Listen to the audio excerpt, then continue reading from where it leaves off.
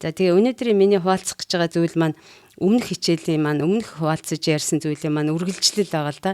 За энд юу гэхээр амьдралын үндсэн зарчим судлалын хүрээлэн гэд байдаг. Тэр хүрээлэнгийн одоо нэг салбар нь манай Монголд бас үйл ажиллагаагаа явуулаад одоо 2000 оноос эхэлсэн. Одоо 12 жил болж байгаа. Яг албан ёсоор бол 2002 оноос эхэлсэн.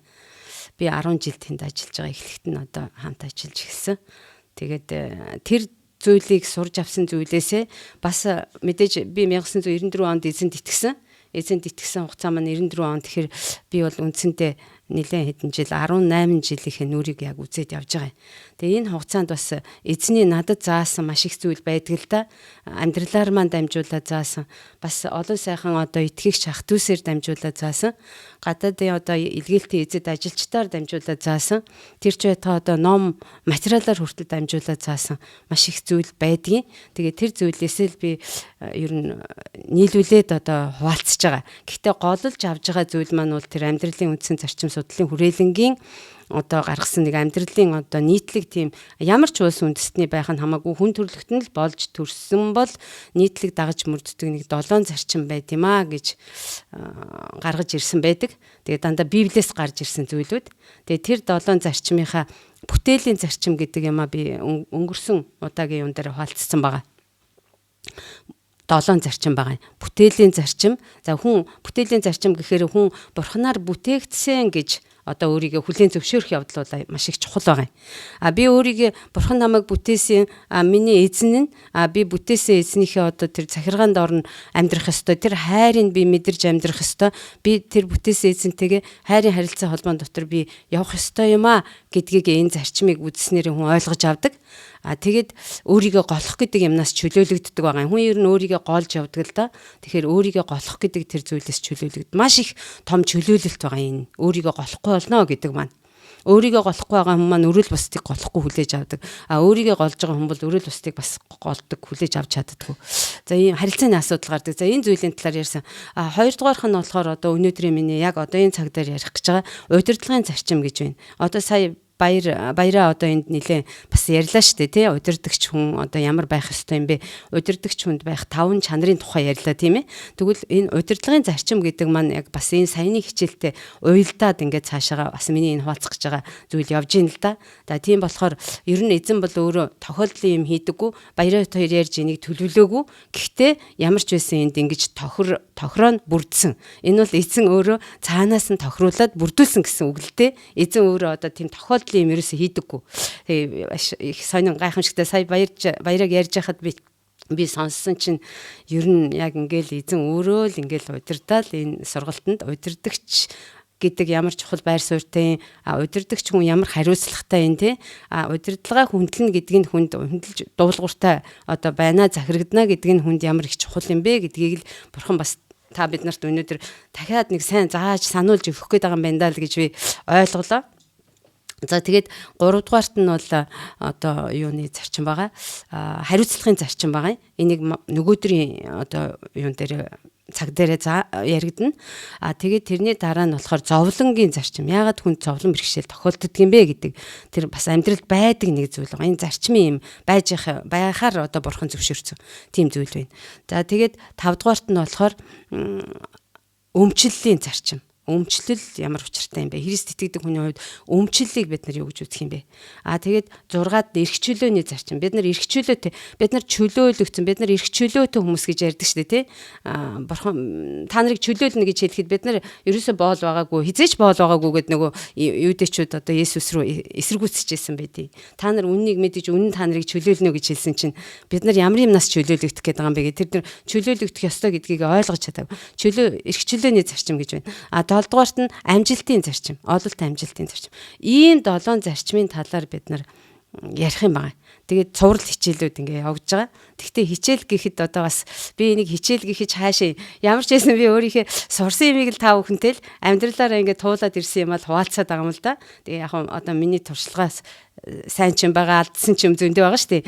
Эндээс сураас бас миний сонсоод бас маш их сайхан юм байна гэж хүлээж авсан тэр зүйлүүдийг та нарыг бас хүлээж аваасаа гэж би одоо маш ихээр хүсэж байгаа. Тэгээд одоо энэ зүйлээ залбиралтайгаар цаашаа явъя гэж би бодож байна. Тэгээд хичээлээ залбирч эхлэе.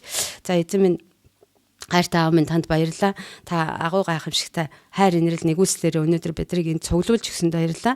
Та энэ сайхан байрыг хангаж өгсөнд баярлалаа. Энэ сайхан сонсохоор бидрийг ийм олуулангийн энд цуглуулсанд баярлалаа эзэн. Тандаа талархъя.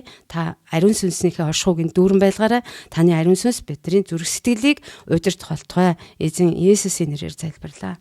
Аамен. За тэгээд удирдлагын зарчим гэдэг маань сая нэлээд энд яригдсан. Тэгэхээр удирдлага яагаад хүн одоо удирдлагын дор байх ёстой юм бэ гэдэг асуудал байна л да. Тэгэхээр хүн гэдэг чинь өөрөө угаасаа удирдлагын дор байхаар тэгж заягдсан. Яагаад гэвэл ер нь манай эзэн маань өөрөө эмх цэгцийн бурхан гэж явдаг штэ тий. Эмх цэгцийн замбраагүй байдлын бурхан биш ээ. Эмх цэгцийн бурхан юм байгаа маа гэж. Тэгэхээр удирдлага байна гэдэг чинь угаасаа л нийгмийг эмх цэгцтэй байлгахад, харилцааг эмх цэгцтэй байлгахад маш их шаардлагатай. Хүн ямар нэгэн зүйлээр одоо хүнээр удирдуулж ээж эсвэл бас хүнийг удирдах ээж ингээд удирдлагын одоо дараалсан юм гинжин хэлхээ мэт тийм зүйлд ор явж ээж хүний амьдрал чинь угаасаа ингэж хэрэгжиж явж байгаа юм. Тэгэхээр түрүүн Библийн ишлэл уншигдсан. Тэр ишлэл бол бас миний энд уншия гэж сонгож авсан тийм ишлэл байгаа. Тэгэхээр энийг дахиад уншихад бас илүүдэхгүй бид нар дахин сонсох тусмаа чихэнд тоногшиж үлддэг, зүрхэнд одоо орж суулгагддаг байгаа шүү дээ тий.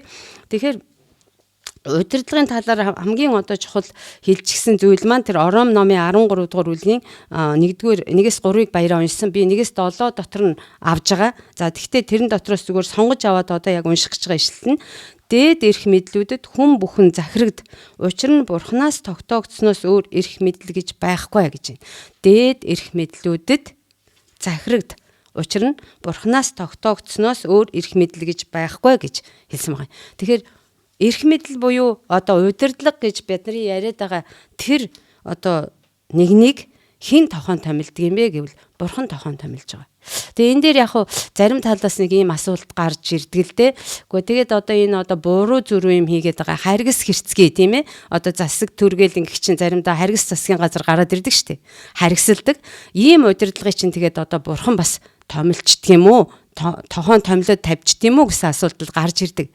Тэгвэл Библиэлд юу гэж хэлээд байна вэ гэхээр бүх удирдлага бол Бурханаас тогтоогдсон байт юм а гэж хэлж штэ тий. Тэгэхээр хариулт нь бол тийм ээ хэдийгээр харгас хэрцгий хэцүү хатууч байлаа гэсэн ямар ч тохиолдолд удирдлага Бурханаас зөвшөөрөгдсөн байт юм байна.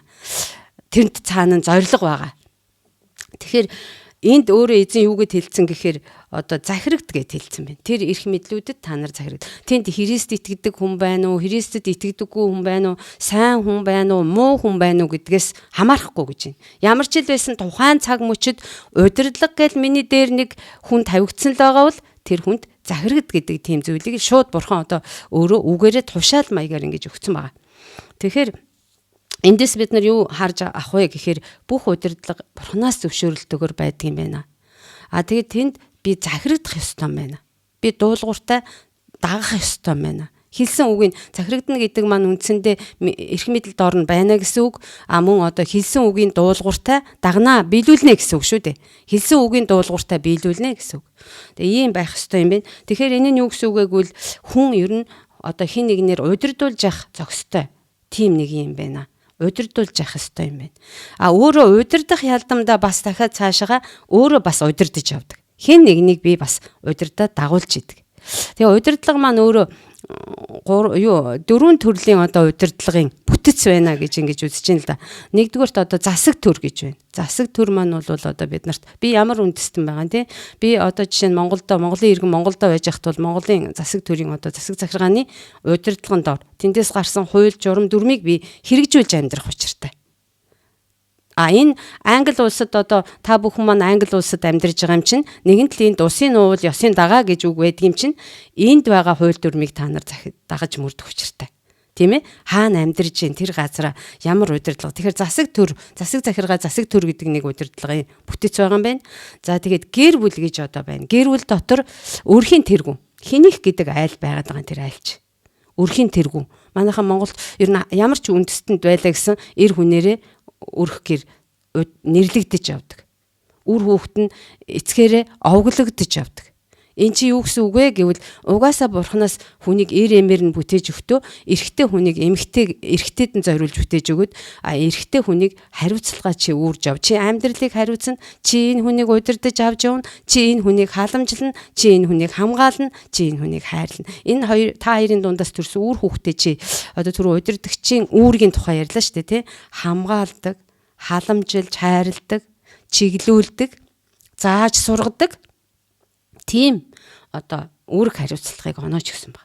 Тэгээ гэр бүл дээр бол хэм байх нь овоглогдоод нэрлэгдээд байгаа өөрхийн тэргүй эр хүнтэй одоо эрэгтэй хүн нь байгаа тэр айл бол өөрхийн тэргүй эр хүн нь байж байна. За тэгээд эхнэр нөхөр хоёр хоёулаа нийлэхээр хүүхдүүдийнхээ хувьд бол ээж аав эцэг их нь удирдагч нь. Эцэг их нь удирдагч нь.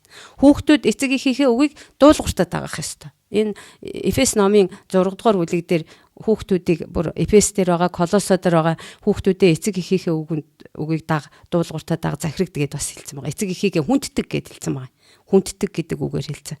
Тэгтээ хүндэтгэнэ гэдэг маань үгийн дагнаа дуулууртаа байна гэсэн үг шүү дээ, тийм. Хүндэтгэл бол яаж илэрдэг вэ гэвэл дуулууртаа байхаар хүндэтгэл гэдэг нь дандаа дуулууртай байна гэсэн үг биш ч гэсэн ер нь хүнддэг гэдэг үгийг би юу гэж ойлгодог вэ гэхээр өгнөр дуулууртай бас тийм хэлсэлтэй эцгүүдээ хүүхдүүдийнхээ зүрхийг битгий цочоож уурлуулаарай, бити өдөөж чадхаараа гэж бас араас нь удирдагчд нь хандаад хэлж өгсөн үг байна. Тэгэхээр гэр бүл дээр юм бол одоо өрхийн тэргүү хүн эхнэр хүний хувьд бол нөхөр хүн. Нөхөр хүн гэдэг бол эхнэр хүний тэргүүн нь удирдагч нь. Тэгээ эхнэр хүн гэдэг бол гэр бүл дотроо нөхрийгөө хүндэлж нөхрийнхээ одоо хэлж байгаа зүйлийг хэрэгжүүлэх одоо хамтран зүтгэгч нь байж тэгээ үр хүүхдүүдээ хоёулаа хамтраад удирдна. Хамтраад зааж сургана, чиглүүлнэ, хангаж өгнө, хоол хүн сувц сунраар нь хангана, хэрэгцээтэй юмар нь хангаж өгнө, сургууль соёлд орохт нь одоо тэр зүйлүүдээр нь хангаж өгнө. Энэ бүхэн бол эцэг их хүний үүрэг байна. Сургана, хүмүүжүүлнэ, чиглүүлнэ, хэрэгцээтэй зүйлээр нь хангана. Тэгэхээр түрүү хамгаалалтын шүхэр гэж юм яригдсан тийм ээ. Тэгэхээр удирдагч хүн бол яг зөөрөлж хэлэх юм бол шүхэртэй адилхан гэдэг тэр зүйлийг одоо бас энэ удирдлагын зарчим дээр ярьд юм а. Тэгээд тэр шүхрийн талаар зүгээр би жишээлээд ярьчихад хүн хэрвээ шүхэр авж явж л байгаа юм бол бороо орох юм уу, нар гарах юм бол шүхрээ яадгүй. Заавал дээрээ дэлгэж барьдаг. Хажуудаа барьчаад явж байгаа хүнийг та нар харсан уу? Шүхэр хажуудаа ингэж дэлгэгчсэн өөрөө гадна талд нь гараад хажуудаа барьж яваа хүн харсан хүн байна уу? Байхгүй тий. Тэгвэл тэр хүнийг энэ гажигтай хүн баха ямар хачин юм бэ? Яах гэж шүхэр бариад байгаа юм? Өөрөө толгоогоо бүтээгээгүй шүү дээ шүхрээрээ. Дээрээ барих зориулалттай байгаа үстэй тэр чинь тий. Яах гэж дээрээ бариад байгаа халуун нарнаас хамгаалагдах, наран цохиулаад өгчихгүй байхын тулд. Хүүтэн борооноос нэвт нь ороод өвчин тосчихгүй байхын тулд. Хамгаалагдахын тулд л шүхэр авч явж байгаа. Нэгэнт шүхэр байгаа юм бол би тэрийгэ дээрээ л барина. Тэр чинь юу гэсэн үг вэ гэвэл би шүхэр дороо байна гэсэн. Хэрвээ би шүхэр дороосоо гараал ах юм бол би наран цохиулна, борон цохиулна. Тэгвэл бидний удирдлага гэж яриад байгаа тэр нэгэн маань миний шүхэр юм байна. Гэхдээ бүр зүгээр нэг за яг манай монголчууд нэлээ одоо төсвөртэй юм чи нараач тоохгүй, бороогоч тоохгүй, шүхэр барихгүй гүгээд чаддаг юм а болдог юм. Тэгвэл монголч бас бороо гайгүй шүү дээ тий. Энэ англич нь бол шүхэргүй явах аргагүй юм шиг байна шүү дээ. Та нар бол нэлээ шүхэр барих хэрэгтэй байгаа хэл та. Тэгэхээр тэр бол юу ч биш ээ. Харин удирдлага гэдэг чинь бол тэрнээс илүү юмнаас хамгаалж байгаа юм. Тэр сатааны дайралтаас бид нарыг хамгаалж байгаа. Бурхан тэр удирдлагаар нь дамжуулаад бид нарыг хамгаалж өгч байгаа. Яг үнийн хэрэгдээрээ бол удирдлагыг ашиглаад Бурхан биднэрт шүхэр өгж байгаа. Шүхэр хийж өгж байгаа. Хэрвээ бид нар удирдлагынхаа үгнээс гараад удирдлагынхаа захиргаанд ороос гараад байх юм бол би Бурханы хамгаалалтыг авах боломжгүй болж байгаа гэсэн үг. Тэгсэн хэрнээ хүн яадаг вэ гэхээр ялангуяа итгэгч хүмүүс одоо энийг ойлгоод байгаа хэрнээ сүм цуглааныхаа ахлагч нарыг одоо би түрүү хэлжсэн төр засаг тэгээд гэр бүл дээр эцэг их за тэгээд дараа нь сүм чуулган дээр пастор ахлагч нар одоо тэр харгалзагч гэж хэлж штэ тий бүлгийн ахлагч нар одоо намайг дагалдуулж байгаа дагалдуулагч маань би дагалдагч байна гэж бодоход тий тэд нар чинь миний хамгаалагчийн үүргийг л гүйцэтгээд явж байгаа. Тэгвэл тэднэрийгээ одоо тэрслээ зөрүүдлээд ой манай энэ тааруухан би бол айгүй сүнсээр өссөн хүн манай ахтагч надад тохирохгүй байна. Тааруухан юм яриад байна. Би өөр цуглаан руу яваад нэг сайн номлцдаг хүнийг олоод тэр цуглаанд явъя гэх мэт юм яриа явж идэг л да. Тухайн үед хэнийг надад өгсөн байгаа тэр хүн хангалттай тэр хүн чадж гэнэ үү чадахгүй нь бурхан тэргээр чинь нэгүслээ өгнө. Ямар ч хэл байсан надад юу шаардлагатай вэ гэвэл тэр удирдагчид байдаг 5 чанар чинь угаасаа бид нар чинь удирдуулна бас удирдна. Христэд итгэдэг хүн бол удирдууланчиг удирданчиг. Яагаад гэвэл бид нарыг та нар дагалдагч бэлд гэж хэлсэн шүү дээ. Агуу захирамжин дээр дагалдагч бэлдгээд хэлсэн юм чинь бид нар дагалдагчаа дагуулна. Удирдагч хүнд байдаг 5 чанар нь эхлээд тэр удирдагч болж дагалдуулж сургахын тулд би яах ёстой гэдэг юм бид нар түрүү ярьчихв. Би эхлээд өөрөө хүнээр удирдуулаад сурчих хэрэгтэй. Би эхлээд өөрөө хүний удирдлагын дор явж сурсан байх хэрэгтэй. Тэгэхээр тэр зүйлүүдийг хийж ээж бид нар дараа нь тэр 5 чанарын нэг нь юу вэ? 5 чанаруудыг яриадсэн шүү дээ. Хамгийн 5 дахь нь бол даруй байх гэдэг чанар гарч ирж байна. Эхнийх нь итгэмжит байх гэсэн юм байсан тий. Итгэмжит байх. Бид нар итгэмжит байх ёстой. Итгэмжит байхын тулд бид нар яах ёстой юм бэ гэвэл одоо надад хариуцуулж өгсөн тэр зүйлийг би хариуцлагатай хийх ёстой юм байна л да. Тэгэхээр би энэ гэр бүл дээр жоохон тогтож яри. Яг хөө сүм засаг төр гэхээр яг хөө бид нар итгэгч биш засаг төр байгаа. Монголд одоо манайх итгэгч биш. Гэхдээ бид нар тэр засаг төрийг муулаад одоо заримдаа ингээд зурагтай энэ тэрээр ярьж явахдаа уг нь үнэндээ ч хэцүү харагддаг л да. Гэхдээ тэрийг ихэнхдээ хүмүүс аян муусаанууд өстой юу хийж байгаа? Муусаа эдэмхийнүүд, уухаанууд гээд уумхаанууд гээд ингээ гараа зангидаад занаад л зурагтай үзээ сууж идэв. Гэхдээ тэр чи одоо яах юм? Эдэмхий ч бай, уумхаач бай. Ямар ч байсан тухайн үед бид нар зөвшөөрөөд өгсөн удирдлага байгаа юм чинь бид нар харин бүх эрх мэдлийн төлөө залбир гэж байж байгаа тэр Тимот номон дээр байгаа. Тимотийн одоо тэр Библиэлд хэлсэн Тимотийн 1-р Тимот байдаг шиг санаж байна. Тэн дээр хэлсэн удирдлага эрх мэдлийнхээ төлөө одоо залбиржээ гэж байгаа л да. Тэр залбирлыг харин загинж суухын оронд залбирлыг хийгээ сууж явах хэрэгтэй юм. Бид нар итгэгч хүмүүсийн хувьд. Тэгснээрээ бид нар өөрсдөө тэр удирдлагынхаа төлөө залбирснараа шүхрээ дээрээ барих тийм завшаантай болж байгаа. Тэр хичнээн буруу муу юм хийгээд байгаа юм шиг ч гэсэн бид нар залбирна. Тэгээ энэ дээр жишээ нэг юм л да. Хаадын төлөө, дээгүүр тушаалтаа бүх хүний төлөө залбир гэж байгаа юм. Хаадын төлөө гэдэг чинь манай төр засгийн удирдлагууд мөн шүү дээ тийм ээ. Хаад гэдэг маань дээр үед хаантай байх үед бол хааны тухай хаадын төлөө залбирчсан. Одоо бол бид нар төр засгийнхаа дээд удирдлагуудын төлөө бид нар залбирж явах хэрэгтэй юм байна л да. Хараа жаашил загнах нь бол бидний хийх ажил биш байгаа. Бид нар жагсаал цугтаан хийгээд ингээд бас одоо эсэргүүцээд явах нь ч бас Христэд итгэдэг бидний хийх ажил биш. Бид нар дээрээ эзэнтэй тэр эзнэрээ одоо бидний дээр байгаа удирдлагыг одоо удирдуулж бас чадна. Залбирлаараа дамжуулаад хэрвээ хатуу хэцүү удирдлага буруу юм хийдэг удирдлага таарсан байгаа бол за гэр бүлийн хувьд болохоор эхнэр нөхөр хоёр зүгээр энэ төр товчхон л хэлээд өнгөрчий. За гэр бүлийн харилцаан дээр хамгийн их одоо алдагдаад байдаг зүйл юу байдаг вэ гэхээр эхнэр хүн нөхрийгээ сайн хүндэлж чадахгүй байснаас болоод нөхөр хүн нь эхнэрийгээ хайрлж чадахгүй хайрладаг л да. Тэгвэл зөв хайраар хайрлж чадахгүйгээс болоод энэ хоёрын тэнцвэр алдагдахад харилцаа гэр бүлийн харилцаа одоо зөрчилд ордог байна. Зөрчилддөг. Тэгээ яадаг вэ гэхээр уул нь бол Библиэлд өрхийн тэргүүнээ хүндэлгээд эмэгтэйчүүдэд хэлсэн. Яг Эфес номын 6 дугаар бүлэг дээр бас маш тодорхой хэлээд өгсөн байдаг. Тэр маань бас бид нарыг одоо бас л нэг төрлийн удирдлагаар бид нар яаж явах ёстойг юм аа хэлж ийн л да. За жишээлх юм бол Эфес номын 6 дугаар бүлгийн яг энэ 31-ээс нь би яг уншчи. Тиймээс эр хүн эцэг эхээ орхиж эхнэртэйгээ нийлдэг тэр хоёр нэг махан бий болно. Энэ нууц бол агуу билээ. Гэвч би Христ болон чуулганы тухай хэлж байна. За одоо 33 дээр та нарын нэг бүр чинь өөрийгөө хайрладгийн адил эхнэрээ хайрл. Эхнэр нь нөхрөөсөө имэж бай гэж манай орчуулга орчуулсан байна. Эхнэр нь нөхрөөсөө имэжээ гэж. Энэ маань юу гэсэн үг вэ гэвэл нөхрөө хүндэлжээ гэсэн үг. Нөхрөө хүндэлнэ гэдэг чинь өрхийн тэргүүн гэж хүлээн зөвшөөрөөд өрхийн тэргүүний гаргасан тэр гэр бүлийн чинь нэг хууль дүрм гэж юм байгаа шүү дээ. Гэр бүл дотор мөрдүүлдэг дүрм журмууд байгаа шүү дээ, тий? Тэр дүрм журмуудыг мөрдүүлэхэд нь эхнэр хүн нөхрөө маш сайн хүндлээд харилцах юм бол хүүхдүүд нь хоёулангийн хүндэлдэг болно, хүүхдүүд нь дуулууртай болно гэсэн. Гэр бүл дээр харилцаа одоо эмгцэгцтэй болно гэсэн. Ерөөсө харилцаа маань өөрөө удирдуулах зарчмаар л ингээд эмгцэгцтэй дараалалаараа ингээд явж байгаа. Нөхөр бол эхнэрийн тэргүүн, нөхрийн тэргүүн нь Христ гэсэн шүү дээ, тий? Итгэгч хүний тэргүүн нь Христ. Тэгээд нөхөр хүн, итгэгч нөхөр хүний одоо эхнэр хүний тэргүүн нь нөхөр нь. Тэгээд эхнэр хүн, нөхөр хүн хоёулаа нийлэхээрээ эцэг их хоёр үр хүүхдүүдийнхээ одоо шүхрэн, үр хүүхдүүдийнхээ хамгаалагч нь, удирдагч нь. Тэгээ ийм байр суурин дээр хоёулаа нэгдсэн, нэг бие болцсон, нэг санаатай болцсон, нэг зоригтой болцсон явж байхад яадаг байх нь гэр бүлийн амьдрал бол мэдээж амьдрал зөрчил тэмцэл маргаан байна л да. Гэхдээ харьцангуй хамаагүй илүү дээр байдалтай болох учиртай. Тэгэхээр удирдлага хүндлэний удирдлагынхаа үгэнд удирдлагын зарчим гэдэг маань юу хэлээд байгаа юм гэхээр хүндлэхээс эхлэх юм байна. Тэгээд тэр удирдлагынхаа үгэнд дуулууртаа орохоос эхлэх юм байна. Даруй байхаас эхлэх юм байна. Итгэмжтэй байхаас эхлэх юм байна. Өнөөдрийн ярьсан 5 одоо чанар байна шүү дээ, тийм ээ. Тэр бүхэн чинь бас удирдуулж байгаа хүн дээр ч гэсэн байж иж тэгээд дараа нь өөрөө удирдахч болохоор тэр юмнуудаа хийж эхэлнэ. Өөрөө бас удирдахчтай үнэнч байх чанар байдаг. Худлаа хэлэхгүй, хуурч мэхлэхгүй. Ийм байгаа. За нөгөө талаар хүүхдүүдээс ингээд судалгаа аваад үзэхэд хүүхдүүдийн одоо хэлдэг. За чи ааваасаа яг юу хүсдэг вэ? Аав нь одоо удирдахч юм чинь тий. Чи ааваасаа хамгийн ихээр хүсдэг одоо зүйл чинь юу вэ? Аавгаа ямар байгаасаа гэж хүсдэг вэ гэж хэлэхэд хүүхдүүдэд хариулдаг хариулт нь нэгдүгээрт манай аав одоо амлснаа биелүүлдэг байгаасаа гэж хэлдэг гэж байгаа хүүхдүүд. Аав амлснаа биелүүлдэг бас. Заан заавэгээ үгүй байгээ гэдэг чинь тэр шүү дээ. Удирдахч хүн бол хэлсэн амандаа хүрдэг байх хэрэгтэй. Хүрдэг байх хэрэгтэй. Аав амлснаа биелүүлдэг байгаасаа гэж хэлдэг. Маш олон хүүхд тэгж хариулт юм байна. Тэгээд хоёрдугаарт нь юу хэлдэг вэ гэхээр аав бас бурууга хүлээчдэг байгаасаа гэж.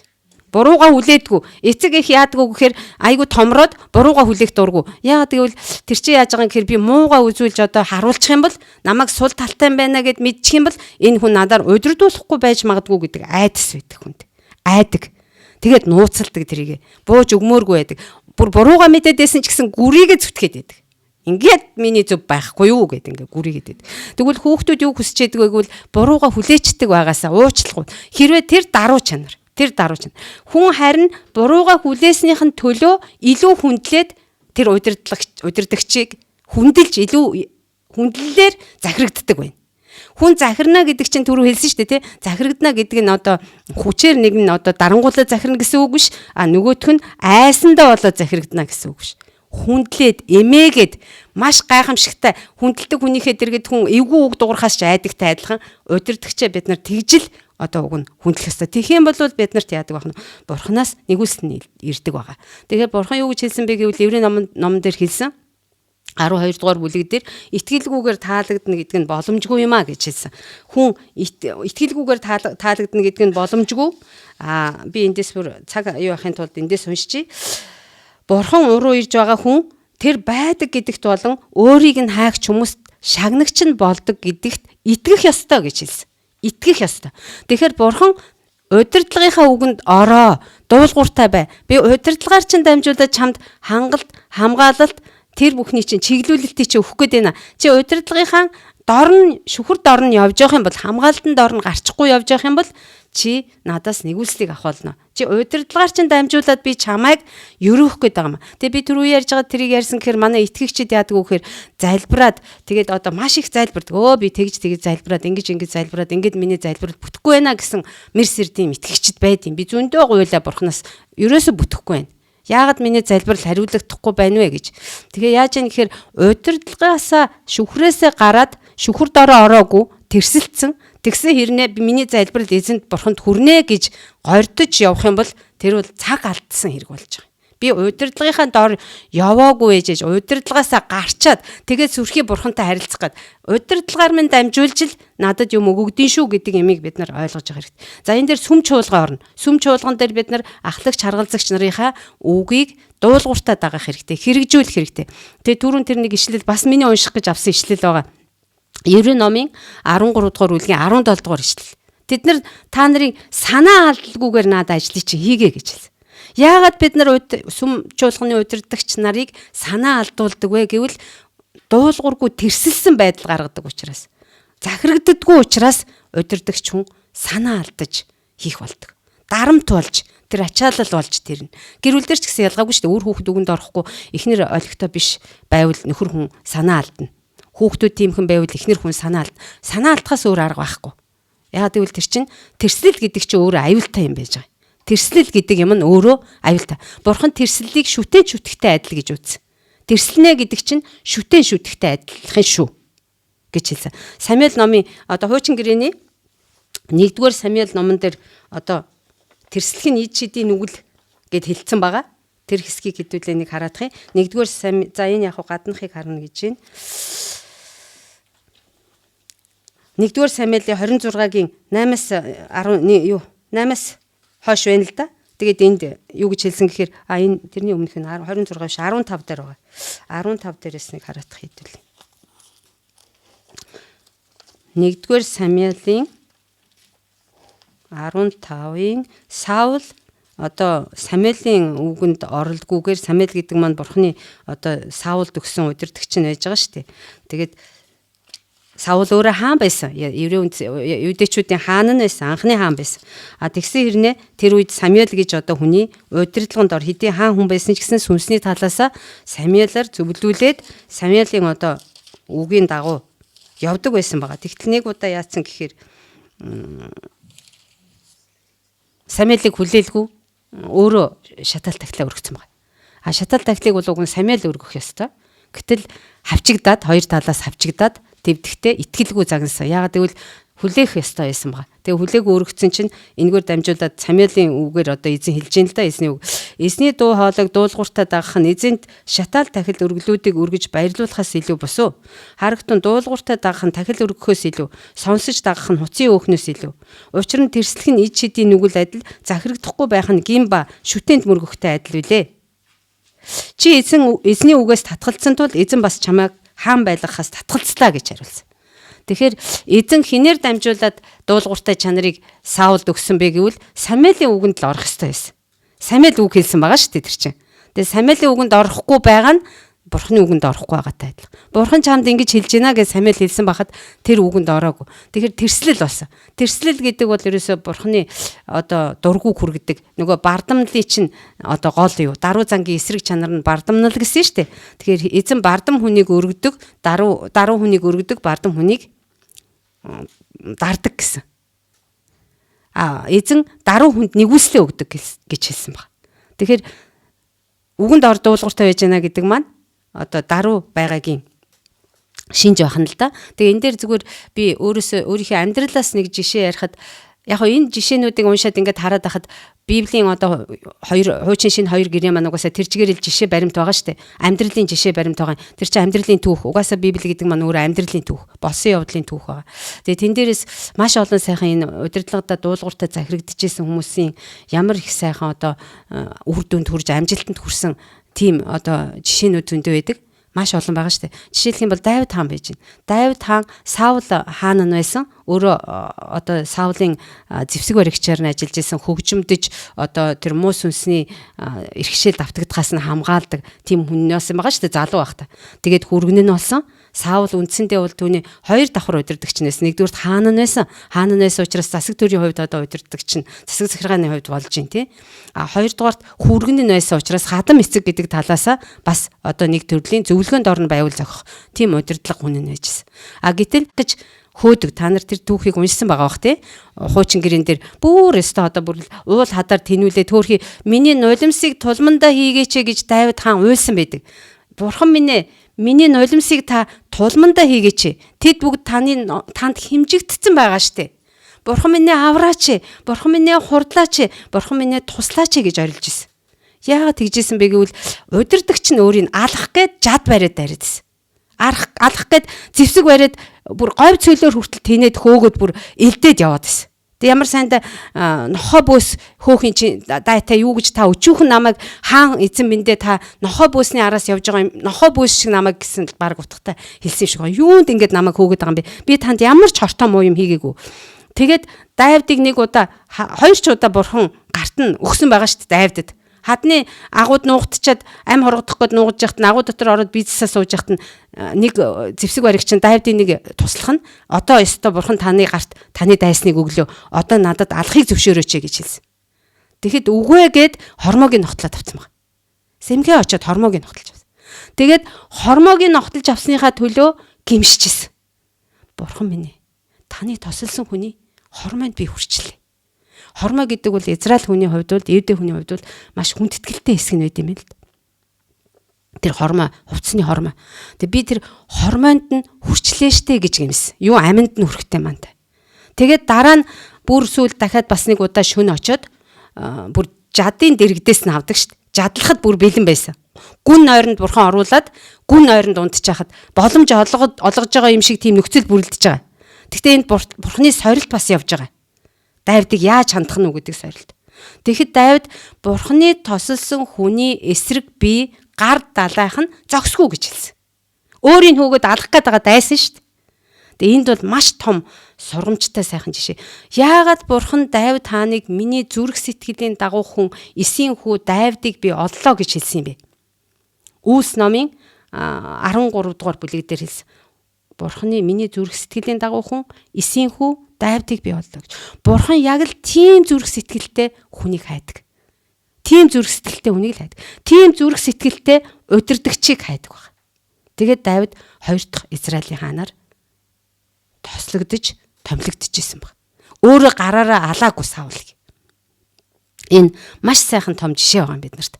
Тэгэд би энэ зүйлийг ойлгосноос хойш яг хөө мэдээж манай нөхөр бид хоёр харилцаа ерөнхийдөө бол гайгүй гэр бүлийн харилцаа гайгүй сайн нэг их итгэдэггүй байсан ч гэсэндээ гайгүй сайн харилцаатай л явж ирсэн л дээ. Яг хөө 40 насны дээр хүн нэг жаахан хэцүү болдог. 40 наснд бид хоёр 41 хүрж иж итгэсэн байгаа. Тэгээд 40 настай байхдаа жаахан нэг тийм харилцааны нэлээд хэцүү тийм зөрчилтэй байдалд орсон байсан бид хоёр. Тохиромжгүй болж исэн. Би юуныгаа сайныг харахаасаа илүү саарыг олж хардаг, мууг нь олж хардаг, шүүж хардаг тийм болцсон байсан. Миний хувьд миний эн чинь удирдагч шүү, миний тэргүүн шүү гэдэг ямар ч ойлголт байхгүй надад. Ойлголт байхгүй гэдэг нь одоо би тэгж үзээгүй. Одоо адилхан бит хоёр эргэтгэж, бит хоёр яг адилхан гэсэн тийм ойлголттой. Тэгээд зөрчил нэлээд байсан л да. Тэгээд сүүлд нь эзэнд итгээд эзнээр одоо энэ сайхан зүйлүүдийг заалгаж явах явцтай. За би хамгийн чухал юм бол Бурхан тэрвээ би хайртай л гэж өөрийгөө одоо би хайртай Бурхан гэд бид нар дуулдаг шүү дээ, тий. Хайртай шүү Бурхан гэд бид нар залбирж явахдаа хэлдэг. Хайртай аав минь ээ гэж залбирдаг бид нар. Тэгвэл хайртай л байгаа юм бол Есүс юу гэж хэлсэн гэхээр миний тушаалуудыг сахигч нь намайг хайрлагч нь миний тушаалуудыг сахитгиймаа гэж хэлсэн баг. Хэрвээ хайрлаж байгаа чинь л үнэн юм бол миний тушаал зарилгийг сахих гэж. Тэгэхээр Бурхан юу гэд хэлээд байгаа тэр үгийг л бид нар дагах гэж чадлынхаа хэрээр хичээх хэрэгтэй юм байна. Тэгэд дагах гэж хичээж байгаагийн нэг хэлбэр нь юу гэвэл надад өгсөн удирдлагыг би миний удирдлага гэж үзэж хүндлэх, удирдлага гэж үзэж үг зааврын дагах явдал чухал гэдгийг ойлгосон. Тэгээд нөхөр маань одоо маш их нэг бодоход тухайн үедээ маш жижиг сажиг юмар хөөцөлдөд байгаа юм шиг надад за ёстой нэр арай ийм юмар гэд ингэж бодохоор байсан үе би л дээ ойлгомжгүй. Жишээ нь одоо яадгийн гэхээр нойлын өрөөндөө тэрийг би бараг шоолж исэн байхгүй юу. Нойлынхоо өрөөнд нойлынхоо одоо юун дээр эрэгтэйчүүдээ сууж бий засна уу гэд бичсэн. Тэгээд тадцсан гэртээ штэ. Та сууж бий засна уу гэд. Тэгээд би ямар бадарсан юм бэ сууж бий засхаа мэдэхгүй хүн хаав идэв яшиг юу гэж гэртээ ирж байгаа хүнийг тэгж яах юм бэ? Өөрийнхөө хүүхдүүд бол сургацсан шүү дээ тэрийг. Манад ийм дүрэн байна. Босоо шихгүй гэд сургацсан байгаа хоёр эрэгтэй хүүхдтэй манах өөрөө гуруулаан байгаа. Тэгээ тэр гурав сууж бийцдэг. Хэдийгээр зүгээр шээх байсан ч гэсэн сууж бийцдэг. Тэгээд гадныханд бас тэрийгэ бичсэн. Тэгээ нэг тиймэрхүү юм надад жаахан хачин санагдаад балаа юм юунд ийм юм хийж идэм бэ гэжсэн. Би хожим юу гэж ухаарсан бэ гэвэл тэр чин маш зөв юм. Зарчмын ямар чухал зөв юм байсан бэ гэдэг юмыг ойлгож. Тэр нь намайг хайрлж ийснийх нь нэг бас илрэл байсан байна. Намайг хайрлж ийсэн юм. Би чамд хайртай шүү гэд тэрвэрх нь биш. Харин яасан бэ гэвэл тэр олон манайх чинь нөгөө цуглаан гэртээ хийдэг байсан маш олон хүн бужигнадаг л да. Манайх одоо ч тийм л байгаа. Олон хүн орж гардаг бужигнадаг. Тэгээ нөгөө олон хүний одоо ороод гарсан тэр нойлыг болж игэл бас нэг цэвэрхэн байлгачих гэж л хандж байгаа хандлага нь тэр байсан байна. Нойл цэвэрлэхээс намайг хамгаалж. Би тэгээд хит хитэн тийм юмыг нь одоо баярлж бүлээж авдаг. Хэдийгээр миний нөхөр 2000 онд одоо нас ороод эзэндээ очсон ч гэсэндээ одоо 5 жил болж байна. 2007 онд одоо 5 жил болж байна. Тэгэхэд 5 жилийн хугацаанд тогтоож өгсөн дүрм журм нь намайг хамгаалж байгаа өнөөдөр. Өнөөдөр би нөхөр минь надад байхгүй, надад орон зайд дутагддаг, надад өгүүлэгддэг. Тэгтээ тогтоож өгсөн дүрм журм нь миний амьдралд хэрэг болоод намайг өнөөдөр хамгаалаад явж байгаа. Маш их чухал юм байдаг. Эр хүн гэдэг чинь үнэндээ эмэгтэйчүүд биднэрт гэр бүлд ингэж өгсөн хамгийн одоо чухал хүндэтгүү штэ тэр нэгэн байд юм а. Нөхөр хүн гэдэг бол тэгээд арх уусан хүн манад орж ирж болохгүй гэсэн дүрм гаргасан. Манад арх уухгүй, манай гэрт арх уухгүй, манай гэрт арх уудаг хүн ирэхгүй. Миний дүүч бай, чиний дүүч бай ирэхгүй шүү. Арх уувал би оруулахгүй. Надад тэр үедээ хатуу юм шиг санагдчихсэн. Өөрийнх нь дүүнэр бас яг өдөө өөрхий хаяа нэг жоохон халамцчаараа бас ирээд жоохон эвгүй зам ман гаргах гин ялгаагүй. Би чи манад арх уусан бол орохгүй гэд ингэ чинь. Тэгээд тэр зүйл нь одоо надад хэрэг болоод би яг нас орсныхан дараа нэг жоохон миний шүхэр алга болчтой гэж надад жоохон айдас жоохон тийм эвгүйцэл би болол да. За одоо миний шүхэр байх бол би одоо яах вэ? Тэгэхэд эзэн надад үнчин бэлэвсний үнчний эцэг нь бэлэвсний нөхөр нь гэж бурхан тийм үг өгсөн. Тэгээ би бурхнаас бурхан минь одоо тэгвэл та миний нөхөр болж хамгаалах юм бэ. Тийм болохоор манай цогтуу хөлчүү хүн бити ирүүлээрэ. Манай нөхөр тийм дүрм гаргасан тэр дүрмийг хадгалж өгөөрэй. Бити тийм хүн ирүүлээрэ. Би одоо яах вэ тийм хүн ирээд надад агсан тавиул би хүүгээд ингээд түлхээд гаргах чадал надад байхгүй. Эрэгтэй хүүхдүүд маань гэрлээд ихнэр аваад гараа явцалт. Тэгэд залбирсан бурхан өнөөдөр намайг хамгаалж байгаа. Хэнийг ч манай цогтуу хөлчөө ирүүлээгүй тэр цагаас хойш. Миний нөхрийг амьд байхад цогтуу ирдэг байсан, хаяа нэг халамцуу ирдэг байсан хүмүүс ч ирэхэ болсон. Ирдэггүй. Тэгээ ийм маягаар хамгаалалтын шүхрийг тавьж өгдөг. Тэр хамгаалалтын шүхэр дор байгаа дуулууртай байж байгаа цагт тэр нь хэрэгжээд хадгалагдаад бурхан тэргээр нь дамжуулаад ажиллаа хийж явдаг юм аа. Тэгээд иймэрхүү жишээ зөндөө байна л да. Яриад байвал маш их байгаа. Одоо цалин мөнгөний хувьд ч гэсэндээ би эхлээд өөрөө дураараа үрдэг байсан мөнгөө. Тэгээд энэ зүйлийг яснасаа хойш өрхийн санхүүгээ гаргаад би мөнгө аваад цалингаа авангуудаа нөхөртөө авчраад өгдөг. Нөхөр бит хоёрын мөнгө нийлээд тэгээд нөхрөөсөө би яг л одоо манай санхүүгийн одоо нягтлан шиг л за би одоо ийм авах гэж байна гэд өөрөө цалингаа өгчөөд авах гэж байгаа юмныхаа тооцоог хийгээд эргээгээд мөнгө авдаг. Би тооцоогоо за ийм авсан. Энэ сард манад ийм мөнгө орно гэж бит хоёр цогцож явдаг байсан. За би өөрийнхөө цалин би өөрөө өрнө гэж дураараа загнах мэдл надад байгаагүй. Гэхдээ миний нөхөр бас хатуурхал чи яах гээд байгаа юу хийх гээд байгаа гэж намайг бас хэцүүдүүлж байгаагүй. Гэхдээ би тайлагнах ёстой байсан. Тайлагнах чадвартай байна, тайлагнадаг байна гэсэн шүү дээ, тэ. Тэгэхээр удирдуулж байгаа хүн, удирдах байгаа хүн хоёр хоёулаа харилцсан бие биендээ тайлагнадаг, илэн даалангүй, нээлттэй байх. Нэг нэгнээс нууцлах юм гэж байхгүй. Байх ёстой л итгэмжтэй чанар хооронд нь тогтох ёстой. Тэгээд эн чинь бас тэр удирдлагатай хандах харилцааны маань бас нэг л одоо юу нь явж байгаа юм. За ийм маягаар гэр бүл дээр ч гэсэндээ эмх журам тогтдог юм а. Хүүхдүүд одоо маш их сайхан бас эцэг эхийгээ хүндэлж сурдаг, үгэнд орж дуулууртаа сурдаг. Тэр нь цаашдаа нөгөө гэр бүл болоод явхаараа гэр бүл дээр нэргээд бас тэр чинь очно л доо. Одоо манай хоёр хүү бол нэлээд одоо дажгүй сайхан айл болцсон хоёулаа.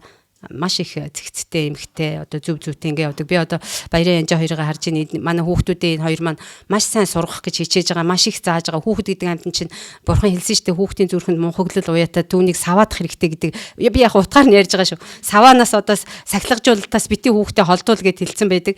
Тэгэхээр нэрэн хүүхдийн чинь сургаж л авахгүй бол эцэгийнхэн сургаж л авахгүй бол буруу өссөн хүүхэд бухын хүзээнээс хатуу гэдэг юм болчих гээд байгаа шүү дээ. Гэхдээ хүүхэд байхдаа бухын хүзээнээс хатуу болоод өссөн хүүхэд яаж удирдлагын дор захирагдах миний дөрөвдөх одоо бүтцэн юу гэвэл би түрүү хэлсэн те нэгдүгээрт одоо засаг төр байна, хоёрдугаарт гэр бүл дээр одоо нөхөр хүн байна, ээж аав байна, гуравдугаарт одоо сүм чуулган дээр одоо удирдагч ахлагч нар байна, дагалдагч бэлтгэгч яга дагалдуулж байгаа хүн байна те бүлгийн ахлагч нь байна. За тэгээд ажил дээр юм бол ажил олгогч нь байна.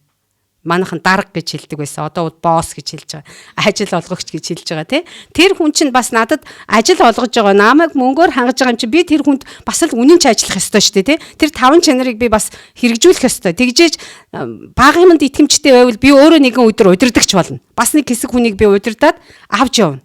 Тэгэхээр ажил олгогчтой ч гэсэндээ бид нар бас нүдэнд нь орсон одоо өргөс шиг байгаад нүдэнд нэг үртс орсон юм шиг байгаад шүдний завсар орсон мах шиг байгаад залхуу хүн яг удирдах ажиллаж байгаа хүндээ тэгж харагддаг гэдэг байгаа шүү дээ. Айгүй хэцүү. Хумсны завсар шаасан өргөс шиг гэж хэлсэн байдаг. Залхуу хүнийг тийм хэцүү. Тэр ажиллаж байгаа хүндээ тийм хэцүү байдаг. Яагаад тэгдэггүй гэвэл дуулуургүй байгаа учраас. Хий гэсэн юмын цагт нь биелүүлж өгөхгүй байгаа учраас. Зөв зүйтэй хийхгүй байгаа учраас. Тэрслээд байгаа учраас өргөс орцсон юм шиг, шаацсан юм шиг тийм хэцүү байдал. Тэгэл халагдана. Ажтаас халагдана. Тэгэхээр энэ дөрвөн юм чинь аль дээр энэ дөрвөн бүтцэд ороо бид нар хүүхэд байхдаа одоо зөв хүмүүжүүлээд удирдлагын дор эцэг эхийнхээ удирдлагын дор зөв ороо сурцсан хүүхэд бол том болоод удирдлагын дор ажиллах чадвартай байна. Багаар ажиллах чадвартай байна. Хүний үг сонсох чадвартай байна. Үг сонсох чадвар гэж түрүү хэлсэн шүү дээ, тий? Үг сонсох чадварыг хүүхэд багаасаа л авна. Манайхан яагаад ажил дээр тогтдоггүй хурдан халагдаад явдггүй гэвэл хүүхэд байхдаа асуудлаа шийдэж чадаагүй. Хүүхэд байхдаа удирдлагын дор явж чадаагүй. Бухын хүзүүнээс хатуу болцсон тийм хүмүүс ажлын талбар дээр гарч ирсэн учраас өнөөдөр зүгээр хүүхэд шиг арин шин гаргаад байгаа шүү дээ. Маш их тийм юм харагддаг шүү дээ бид нар тий. Хүүхэд шиг арин шин гаргаж байгаа удирдлагууд байдаг. Тэгээ одоо яа их вэ? Гэхдээ энэ дээр би бас нэг юм 2 минут дутуу байна. Удирдлага хэцүү удирдлага байдгүй гэж тий. Тэрийг бурхан бас зөвшөөрөд байгаа мó гэж. За энэ бол бас бурхан зөвшөөрж байгаа маяг гэвэл энэ бид нар уншлаа шүү дээ. Бүх эрх мэдлүүдийг бурханаас тогтоогдсон байт юм. Яагаад хэцүү удирдлага байдгүй гэвэл тухайн хүний сайн сайхныхын төлөө хатуу хэцүү зүйлээр алтыг шижир алт болгож шарж авж байгаа юм шиг бэлтгэхийн тулд мөнгийг цэвэр мөнгө болгож гаргахдаа бохироос нь яаж гаргадгийг шатааж гаргадаг. хайлуулж гаргадаг. Тэгжээ цэвэр нь ялгардаг. Тэгвэл хэцүү хатуу удирдлагын дор байсан хүн хэрвээ тэр хэцүү хатуу ч гэсэн тэр удирдлага зөв зүйтэй хүндлээ сурчих юм бол тэр тунгаамал алт шиг тийм чухал чанартай хүн гарч ирж байгаа. Хүүхдийг эцэг ихээр нь дамжуулаад бурхан зан чанарыг төлөвшүүлж сургадаг байгаа. Эцэг их нь тэр хэцүү ч эцэг их байдаг. Заримдаа арх уудаг эцэг их байна. Одоо архитаа цогтуураад одоо хэцүүдүүлж байгаа шүү дээ, тий? Зодддаг, нүддэг одоо маш хэцүү эцэг их байгаа. Гэхдээ ямар ч хэл байсан тэр хэцүү удирдлага гэдэг үүднээс нь хараад байр суурийг хүндлээд хүн нь муу хэцүү хүн байлаа ч гэсэн байр суурийг хүндлээд сурсан байхад хожимо өөрт нь ашигтай болдог. Эргээд өөрт нь ашигтай болдог баг. Тэгэхээр яагаад хэцүү хатуу удирдлагыг бурхан зөвшөөрдөг юм бэ гэвэл тэр хүнд сайн чанаруудыг төлөвшүүлэхийн тулд өөрийнхөө хүү Есүс Христтэй бидрийг адилхан болгож авахар дуудсан эзэн өнөөдөр биднэрт хэцүү удирдлагыг өгсөн байж магадгүй. Тэгвэл тэрэнд гомдлох хэрэггүй, тэрэнд шантрах хэрэггүй, цөхрөх хэрэггүй, тэрнээс бас зүхтаах хэрэггүй. За яг хөө нүгэлтэд буруу юм хийлгэх гэдэвэл бид нар хүсэлтэд өргөж бариад үзнэ. Дүлгön зангаар Даниэл өргөсөн шиг Даниэл одоо би энэ хоолноос чи идэхгүй гэд өргөсөн байдаг штэ тий. Тэгээд хүсэлтэд өргөсөн чинь Даниэл чи яаж байгаа гэхээр одоо бүр хөөрхи 10 хэдхэн насандаа л өсвөр бараг л нэг 17 8 насандаа юм шиг байгаа. Олзлогдоод харийн гүрний хааны ордонд очиж одоо тэднийг үйлчлэхээр тэр улс гүрэнд үйлчлэхээр сургагдсан байгаа. Тэгээд яасан гэхээр хааны ордны иддэг юмнуудаас идүүлнэ гэсэн чинь өөрийнх нь одоо нөгөө эзний одоо хууль тушаал дотор нь байж болохгүй бузар гэж тооцогддог тийм зүйлүүдийг идэхэд хүрсэн. Тэгээд яасан гэхээр өөрийг нь удирдахжсэн тайгануудын ахлагчаас гуйсан байгаа шүү дээ. Та одоо бид нарт нэг 10 өдөр л ногоо өгчих. Тэгээ би чи миний толгойтой амьтай холбоотой юм ярьж байна. Би хааны эсрэг юм яаж хийж чадахгүй гэхэд нь зорилгыг ойлгоод та нарын царай зүс муухай байхыг харах юм бол намайг толгой бүндгс болгочих штэ гэсэн утгатай юм хэлсэн. Тэгэхээр за та хараарай. Би 10 өдөр бид дөрөв ногоо идий. Та тэгээ нөгөө хүмүүстэй харьцуулж хараарай гэсэн. Тэгээ харьцуулсан чинь илүү өнгөтэй байсан тийм биз дээ, тий? Тэгээд ийм маягаар бид нар хэцүү удирдлага таарад гинтээ нүгэлтэй юм хийлгэх гээд байвал бид нар ийм маягаар хүсэлтэд тавьж болно. Бурханаасаа гуйж байгаа хүсэлтэд тавьж болно. Тэгээд болохгүй бол одоо яах вэ? Ёстой одоо харин болохгүй тийшээ хандах байх л да. Одоо яах вэ?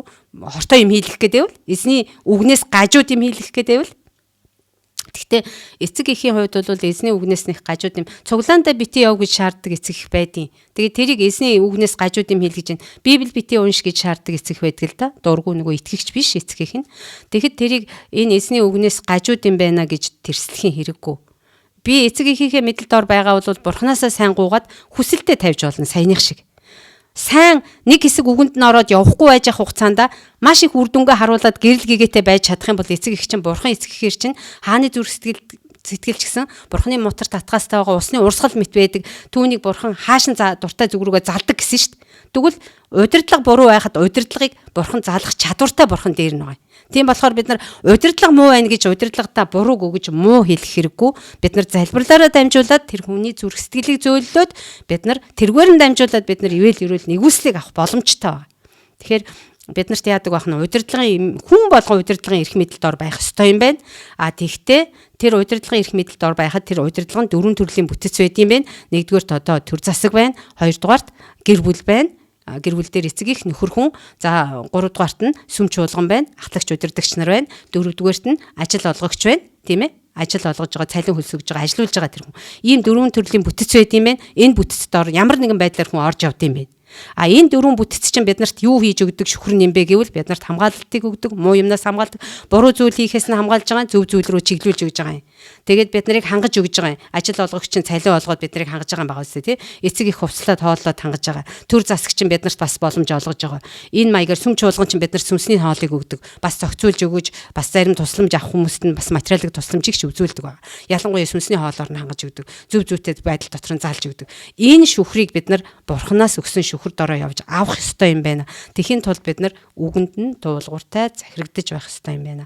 Захирагдахдаа би айж биш хүндэлж захирагдах ёстой юм байна. Хүндэлж үзэх ёстой юм. Байр суурийг хүндлэх. Заримдаа удирдагч чинь муу муухай байвал байр суурийг бид нар хүндлэх ёстой юм байна. Цаана нь байгаа бурхан агуу шүү гэдэгт итгэх хэрэгтэй юм байна. Энэ бол удирдлагын зарчим. Энэ маань бид нар маш олон цагийн имийг та нарт товчилж ярьж байгаа учраас өнгөцгөн өнгөлж байгаа шүү. Та нар сайн тогтоож аваад удирдлагатаа би ямар ч байсан хүндэтгэлтэй хандаж үгийг нь биелүүлж явах ёстой юм байна.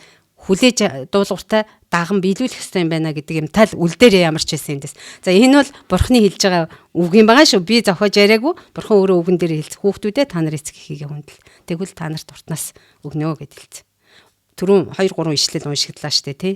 За тэгээд та бүхэнд маш гайхамшигтай цагийг эзэн зөвшөөрч илүү ихээр одоо сүнс дотор өсгөх болтугай оршихуй дотор нь та нар алхаж тэгээд Бурхны хүссэн тэр хүн болж өөрчлөгдөж шинчлэгдэх болтугай гэсэн өрөөлийг тавья. Тэгээд баярлалаа та бүхэнд.